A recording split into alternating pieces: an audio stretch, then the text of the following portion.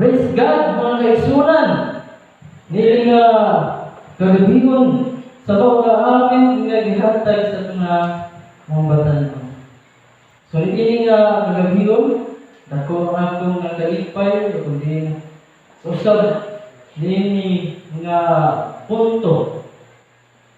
Magatuon sa kita, nili nga pulong. So sa iagi nga mga adlaw sa diha nga video. So ato na usab tutukan niini nga pinasahi nga pagtulungan mahitunod sa propesya. So sa dili pa na usugdan, mga kaigsunan, ini nga mensahe ginahangyo ko kamo sa pagtuo sa tumulo sa tumulo kampo ka. Ang mga nagmabalaan itas ang isang langit ng Diyos, lining ang kagahigon, kag-andang sa pagpumino sa imong tulong. Tinawag ikaw magagiya ka na mo sa imong balaan ng Espiritu, ng magagonsad sa matagusan ng mga mga kasikasya. Labi na usap ka na mo, Diyos, nga mo ang magasulti ko. Giyahi ako, diha kanimo, kagong diin, imo akong tabunan sa mga pagkawasalay ko diha sa imong Diyos. Hindi lang ako makita ang presensya ng bilang imo, Diyos. Kung kini mga pulong, dili nagikan ka na ko, kung dili nagikan ka kami. Sa imong yana, dako, kini o pagtulunan nga ako na makutlo ng kagabigan. Dawata lang ang kami, Diyos, nga mo pinasayro, ninyong kagabigan, ang pangitugyan sa nalang o sa tulong ni Kristo, ang Diyos na naman. Okay.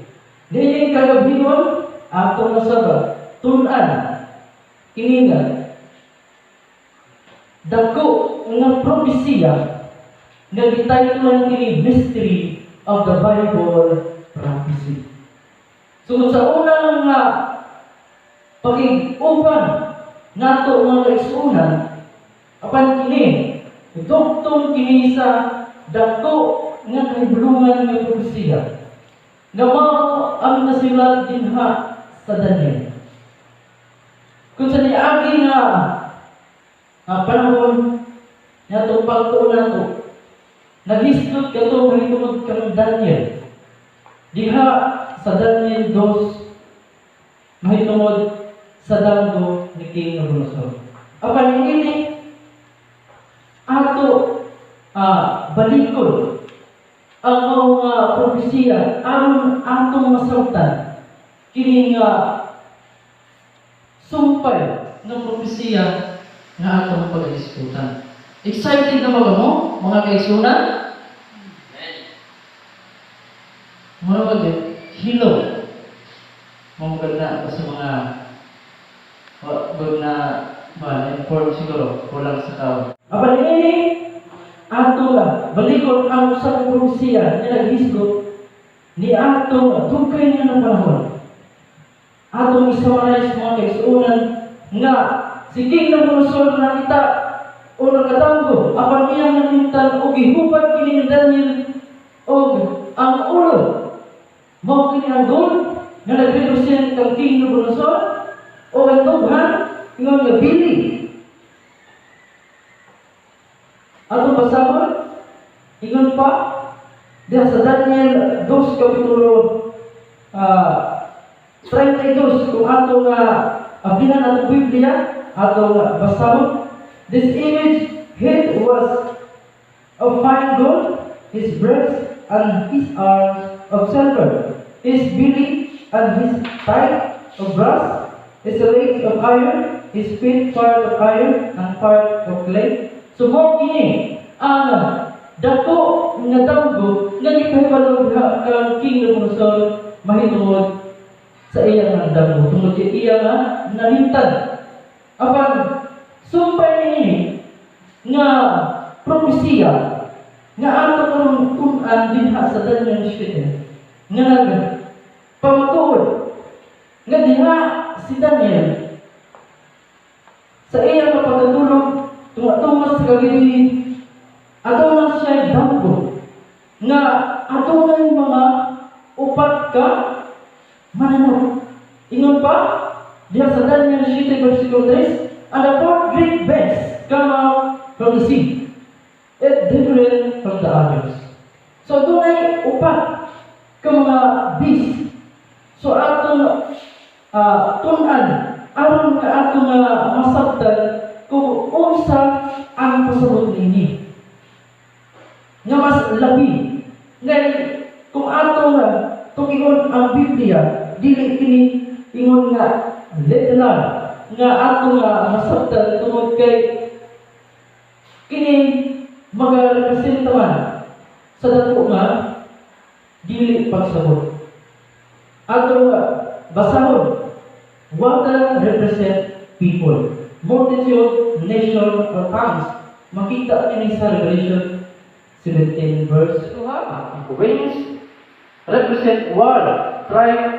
Makita kini sa Jeremiah 49 verse 35 to 37. Katulo, beast represent kingdom. Makita kini sa Daniel 7 versikulo 17 hanggang 23. So ning anak pag sabot sa Biblia aron nga mas labi nato nga masabtan kini nga propesiya nga nagpamatuod nga kini mga simbolik representa sa mga ginharian. So ang beast nga nakita ato baliton nga nakita nagrepresent kini sa kingdom. Okay. Sunod sa iyang natagpo ni Daniel, diha sa Daniel, nga makita sa 7 versikulo 4 ningon, the first was like a lion and had eagle wings. I watched till its wings were plucked out. So ang una, atong siya nakita na sama sa lion, like a lion. Ang katuha, ngayon sa dugang, and it was lifted up from the earth and middle stand on 2 feet like a man, and a man's heart was given to it. So mo na so sa man kini nga nag-represent diining lion. Kay kung atong tan-awon ang lion wala ang pako atong magikan apan nano diri sa dangko ni Daniel atong may lion nga dunay pako. So itong balikon nga ang beast nag-represent sa kingdom. So, mo kini ang pasabot sa lion nga nag-represent sa Babylon nga mao si King Nabucodonosor. The time nga iyang paghari 605 to 539 BC. Mao na kadugayon ang iyang paghari sa Babylonia. Sunod niya nga panan-awon niya iyang nakita nga makita niya sa Daniel 7 versikulo 5. Ingon, and suddenly another beast, and a single like a bear. It was raised up on one side and had 3 ribs in its mouth between. It thinks, and this said, does it arise, devour much flesh. So, adunay sama sa bear nga makita o nagbanga kini o tulong ka bukog sa nga ba atong tan-awon kung unsa o ngano man o unsay kahulugan niya nga tulong ka bukog ana sa iyo. So, ningon nga adunay tulong ka mga country nga gi-conquer niini nga kingdom. Ang unang mo ng Babylon, Daida o Egypt. Nga mao ang iya nga na-conquer. Apan unsa man nga simbolo o unsa man kini siya nga nag-represent nga kingdom. So, ingon pa, nag-represent kini sa Medo-Persia. Ang iyang paghari nga gidugayon 539 to 331 BC. So, yung ana usab ang iya nga gitagayon sa paghari. So, ang sunod nga pananaw nga iyang nakita nga makita niya sa Daniel 7 versikulo 6 nga naging after this along, and there was another like a leopard with head on its back 4 wings. And a bird and beast also had 4 heads, and dominion was given to it. Daniel, makita sa Daniel, sheet size. So, nag-represent ni sa kingdom na Greece ang dumalan ni Mao si Alexander the Great. So sa iyang nga pag-conquer daw paspas ang iyang pag-conquer sa empire tungod sa iyang pagkamaayo, iyang nga pagka-brilliant nga pagkatao ni adto matay. So ni anak ka maayo si Alexander the Great. So sama sa leopard. Ang katungay pako. So ang pako ang balikon nga nag-represent kini sa unsa kapaspason ang pag-conquer sa mga kingdom nga ila nga buot nga pag-conquer. So adunay ang upat nga mga pako. Ang upat ka pako ang ipaspason sa iyang pag-conquer. Ang upat ka mga ulo nag-represent kini sa upat ka general di Alexander the Great. So sa iyang paghari niini nga Greece 334 to 331 BC. So ang una si Seleucus, kaduha si Makos, katulo si Sander, o kaupat si Ptolemy. Mo kini ang upat ka mga general sa dihang nagkuyog sila sa pag-conquer sa Babylonia o sa ubat pang mga empire na buot nila na i-conquer. So nag-combine ining Medo, Persia, o Greece aron sa pag-conquer sa magkalain-lain nga lugar. So atong tag-aron ang mapa mo kini mga lugar nga gitinduhan ining upat ka mga general. So itong basahon, the victor divided the empire into kingdom for themselves.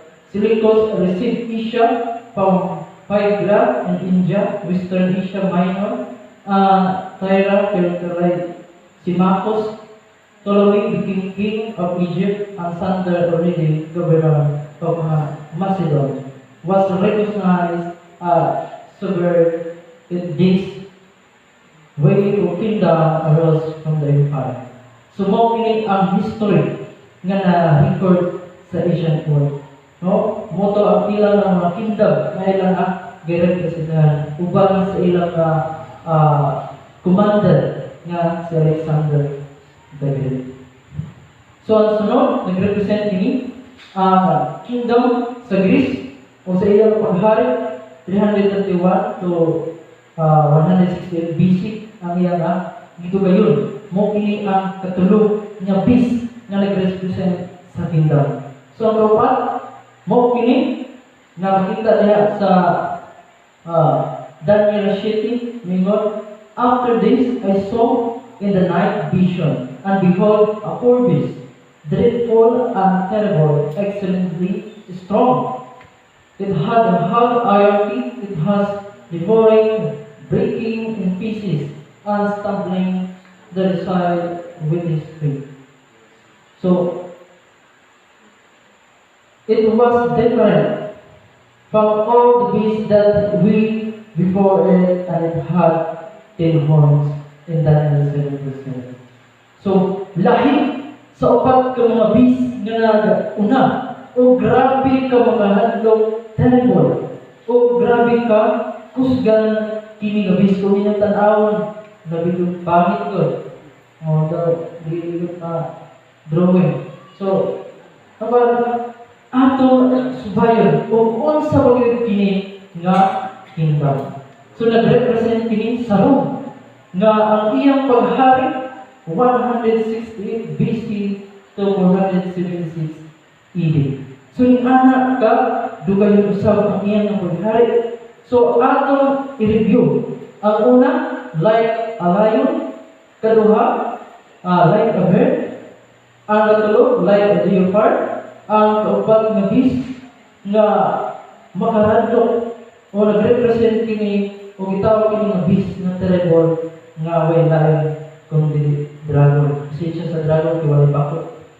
So, ang una nga beast mo ang lion nga iyang kingdom Babylon, ang iyang paghari 605 to 500 BC. Kaduha, beast nga ang iyang represent niya bear, ang kingdom mo ang Medo-Persia, ang iyang gitugayon 508 to 331 BC. Ang katulo nga beast nagrepresent sa leopard, ang iyang kingdom Greece, ang iyang kadugayon mo 331 to 168 BC. So kaupat nga beast nga dragon, ang iyang kingdom nga Rome, o ang iyang gidugayon 168 to 476 AD. So, mo kini ang mga kingdom nga nakita ni Daniel sa iyang pananaw. Apan kini nga kaupat nga ingon pa beast nga daw grabe aduna siya 10 horns, 10 kings who shall arise from this kingdom. So aduna siya napulo ka sungay o napulo usab ka nga mga hari.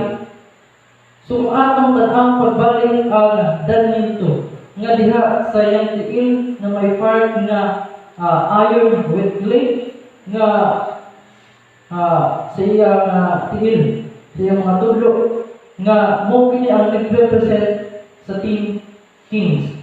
Mo ni ang mga hari o mo sa kini ang iyang mga kingdom. Ang una Saxon. Sa present nga modern, itawag English, France, French, Aleman, Germans, Burgundian, Swiss, Lombard, Italian, Burgunds, Spain, Soviet, Portuguese. O kini nga tulo nga mga kingdom nga gingon pa nawala tungod kay gi-plot o gitangtang kini nga mga kingdom. So kung atong tan-awon sa Daniel 2 o sa Daniel 7, ato makita nga sumpay o tuliktado silang duha tungod kay kini nga tagpo ni Daniel yan sa Daniel 2. Metallic ang pagkahisgot o pagka-describe. Apan din na sa Daniel 7, atong makita ng mga beast ang nag-represent kini sa mga kingdom. So, sa dugang sa Daniel 7, versikulo 8 naman, I was considered the horn, and there was another horn, a little one coming up among them, before whom 3 of the first horn were plucked out of the roots. So, moni nga nitindog kini nga little horn tungod sa iyang pagkagamhanan o katong tulo nga ningon the first horn were plucked out by the roots. So mo katong hairline bundles and obstruos kini na destroy kayo tungod sa iyang pagka-kusgan. So itong balikon thinkings mo kini napulo ng mga kingdom o mo kini gamhanan nga ingon pa gitawag siya o terrible nga beast o kadto siya little horn kadto tan-aw adunay gamay nga sungay nga nitubo. So unsa ni nga sungay nga nitubo. So ato na mailhan o unsa o ngano o kung saan na ito pag-determine niini nga gamay nga sungay. So itong tan-awon diya sa Daniel, dahil mga verse na ito makita, come up among the 10 horns. Kaduha, come up another the 10 horns. It difference in the 10 horns. After 3 of the first 10 horns would be persecuting power would rule for a time and a half a time. So mao kini ang atong gihatag nga pag-determine niini nga letter horn. So kini nga to balikon tulong ka mga ginharian tungod kay nawala man sila tungod kini nga letter horn giplak giwala sila sa gingharian. So kini nga letter horn kay ingon man dito nga sa Daniel 7:25 would rule for a times and a half of a time. Sa atong tan-aw kung unsa ang buot ipasabot niini. So ingon 1,260 days ang buot pasabot niini ang mga kaisunan. So ang time 1 year times 2 years and half times equivalent to 1/2 years. So total ay 3.5 years. Kung ana ang pagkwinta. So atong tan-awon sa kaduhang nga pagkwinta mas klaro nga the time 1 year 360 days. Kaya atong kalendaryo aduna may 360 ang pinaka-normal nga kalendaryo. Kaduha times 2 years. Ingon 720 days and half a time 1/2 year equivalent to 180 days. Equivalent ang total niya 1,260 days. So ana ang pagkwenta sa niini nga year nga gihatag ni Daniel diha sa Daniel 7:25. So klaro nga kini nga year nga gihatag days nga gihatag ato usab masabtan kung atong ablihan ang atong Biblia diha sa Ezekiel dugang nga pagtulunan nga mas ato nga masabtan ingon sa Ezekiel 4:6 I have appointed thee each day for a year. So ang 1 year doon na kayo gikunta nga 1 year for each day nga upon 1 year ang iyang represent. So mo sa Numbers 14:34 nga each day for a year. So usa kini ka prophetic nga pagkwinta dili kini ingon nga literal nga makwinta mo sa Biblia pero kung ato na gitunan kung ato balikon nga klaro nga gikwinta aron nga mas labi nga ato nga masabtan kini nga mga pag-ihap nining times and half times. So equivalent siya o total of 1,260 days.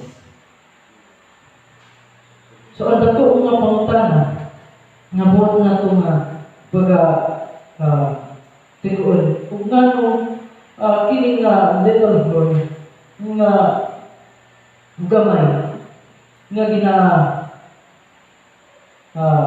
kumbaga gina-represent nga walay dain gid nga gipakita niini mao gayud papal ron nga represent kung ato nga tan-awon kini nga letter horn. So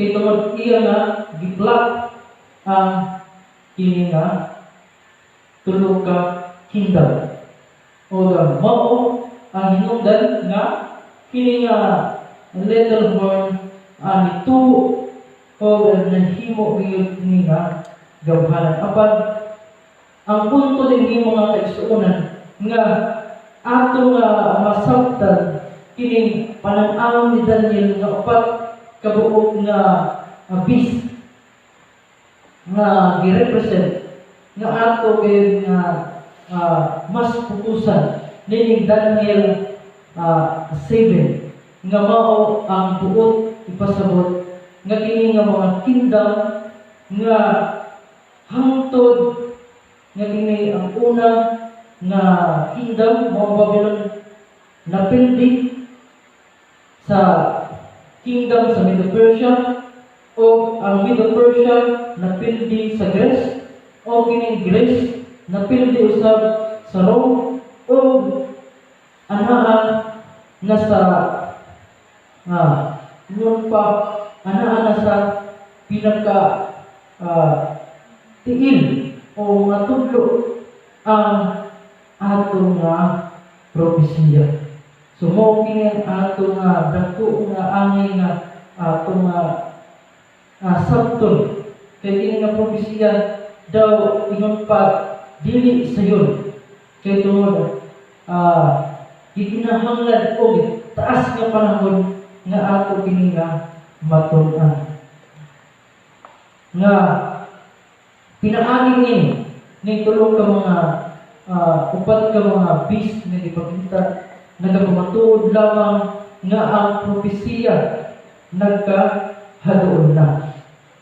Apan dili kita mag-focus ni ang little horn tungod kay kung ato ka na pupusan kini nga little horn dugay gid kita nga mahuman.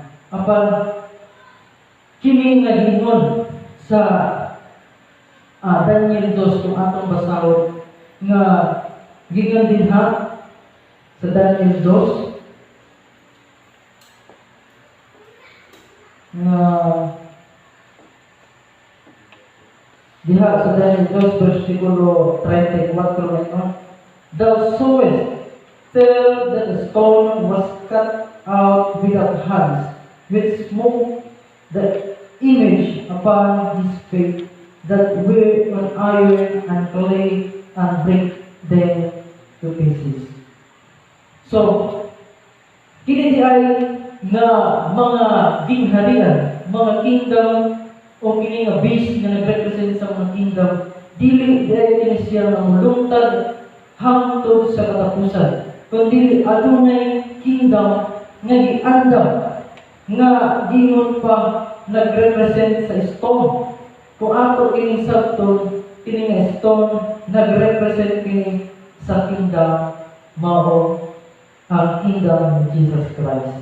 Nga mao ang ingon pamulungtad hangtod sa walay katapusan. Nga kini mga kingdom nga karon ana sa pinaka tudlo o pinaka last nga kumiting sa itong mga tiil. Kini kayo pag-bungkalon gikan sa Babylonia, Middle Persia, Greece, Rome, o dinhi sa ting kingdom o sa ting kings. Kini kayo sila dili umurugtad sa walay katapusan. Mo nga ang Ginoo nag-andam og dako nga ingon pa gingharian nga ato gayud nga pamalandungan nga gingon sa Biblia nga sa diha mobalik si Jesus Christ mao kini ang kingdom nga iyang ihatag sa iyang katawhan nga mga balaan. Busa atong pamalandungan kini dako nga punto nga buot ihatag kanato nga bisan man kini nga kalibutan lumalabay apan kining kingdom nga gihatag o giandam sa Dios alang kanato nga tanan makatagamtan kita o pahulay sa walay katapusan. Makatagamtan kita o wala na kasakit kag-o kagunanan nga mao kini ang magahatag kanato o dako nga pagtulungan. Hinaot din gamay o gamay usab nga oras nga ato nga gitun-an magahatag kanato o dako nga pagtulungan. Hinaot nga kini Dako ang atong leksyon nga makuha. Apat kini nga kagabion, ang kumuna gihanggop nga atong dinhi matapos ang atong discussion may tungkol ni Daniel 7. O gihanggop kamo sa atong pag-angko ng kagabion. Pag-angko sa amahan nga balaan tas ang sa mulang Dios. Salamat sa dako nga opportunity nga gihatag nimo matag sa kanang Dios. Nga magapaminaw kami sa dako nga propesiya ni Daniel nga gihatag sa Dios kaniya nga kini nga mga kingdom nga dili giyud molungtad o adunay giandam ang Ginoo nga kingdom sa diha siya mobalik ngayong kalibutan. Hinaut pagdama ang among mga nauna kasing-kasing nga kadto mapagturonan ng mga nakatluan kini magahatag kanang pag-andam sa umalabot nga panahon ug dili kami mabalaka kung si Ginoong Hesus mopadayag namin sa kalibutan. Laoman namo ang inyong pakikubang kung magtuloy dawatan kami ng nasayo sa ngalan ni Jesus.